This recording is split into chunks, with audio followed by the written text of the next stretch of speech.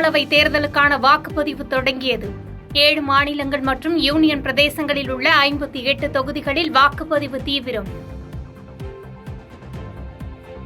மத்திய கிழக்கு வங்கக்கடலில் நிலவும் காற்றழுத்த தாழ்வு மண்டலம் ஆழ்ந்த காற்றழுத்த தாழ்வு மண்டலமாக வலுப்பு. இன்று மாலை புயலாக வலுப்பெறும் என்று இந்திய வானிலை ஆய்வு மையம் தகவல். தமிழ்நாட்டில் ஓரிரு இடங்களில் அடுத்த 6 நாட்களுக்கு மழை பெய்ய வாய்ப்புள்ளதாக வானிலை மையம் தகவல்.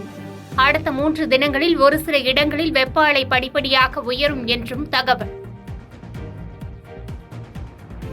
முல்லை பெரியாறில் அணை கட்டுவதற்கு ஆய்வு மேற்கொள்ள கேரள அரசு முன்மொழிந்த கருத்தை பரிசீலிக்க கூடாது. மத்திய சுற்றுச்சூழல் அமைச்சருக்கு முதலமைச்சர் மு.க.ஸ்டாலின் வலியுறுத்தல்.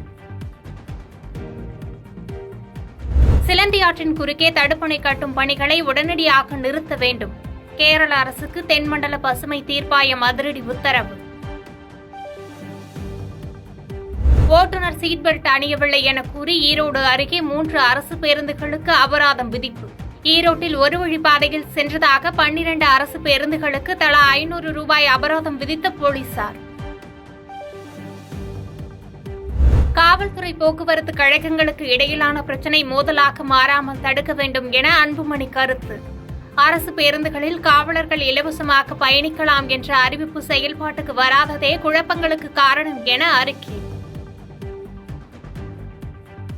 அரசு கலை மற்றும் அறிவியல் கல்லூரிகளில் சேர்வதற்கு விண்ணப்பிக்க கால அவகாசம் நிறைவு. மே 27ஆம் தேதியன்று வெளியாகிறது தரவரிசை பட்டியல். உடுமலையில் மேற்கூரையில் விழுந்த கிரிக்கெட் பந்தை எடுக்க சென்ற பள்ளி மாணவனுக்கு உயர்மின் அழுத்த மின்சாரம் தாக்கியதில் படுகாயம். உயர் சிகிச்சைக்காக கோவை அரசு மருத்துவமனைக்கு அனுப்பி வைப்பு. காஞ்சிபுரம் வரதராஜ பெருமாள் கோயிலில் வடகலை தென்கலை பிரிவினரிடையே 5வது நாளாக மோதல். வைகாசி பிரமோற்சவ விழா நாட்களில் நீடிக்கும் மோதலால் பக்தர்கள் அதிருப்தி.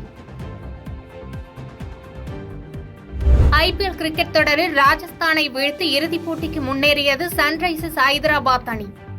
சேப்பாக்கத்தில் நாளை நடைபெறும் இறுதிப் போட்டியில் கொல்கத்தாவுடன் பல பரீட்சை. ரஃபா நகரம் மீதான ராணுவ தாக்குதலை உடனடியாக நிறுத்த வேண்டும். இஸ்ரேலுக்கு ஐநாவின் சர்வதேச நீதிமன்றம் உத்தரவு. பாதகம் செய்பவரை கண்டால் நாம் பயங்கொள்ளலாகாது பாப்பா.